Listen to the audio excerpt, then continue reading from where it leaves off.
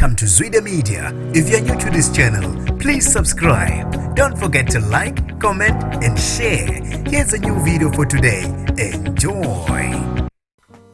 Lishone ngesihluku iPhoyisa elidutshulwe lashona ngesikhathi livikela umphakathi. Nginibingelele ngiphinde nginamukele kuphina kuphi lanibona khona le video. Mangoqala isijoyinele likhasi wamulekele igama lami ngosibonga konke wakandwando mothanda ungangibiza intatheli ka YouTube. Ngizocela usilandele ku Instagram @zwide_media. Ukomishana wamaphoyisa kwaze lonke uGeneral Fani Masemula uthi amaphoyisa asebenza ngokuzikhandla ukuze athole abasolwa ababulale iPhoyisa eThekwini ngolesithathu untambama. Warrant Officer Michael Jameson obeneminyaka engu-54 kuthiwa udutshule ngabasola abangaziwa ngesikhathi eyolanda indodakazi yakhe esikoleni. Warrant Officer Michael Jameson obeneminyaka engu-54 kube ukuthi ubeyolanda indodakazi yakhe esikoleni eMbili eThekwini ngesikhathi ebona ngodonwa imoto. Kuthiwa leli phoyisa ke libe selingenelela lazama ukuhlolisisa isimo. Abasola babonile ukuthi lihlomile bavele bavulela ngenhlamvu bebhekise kulona nalo libe seliziphendulela lagcina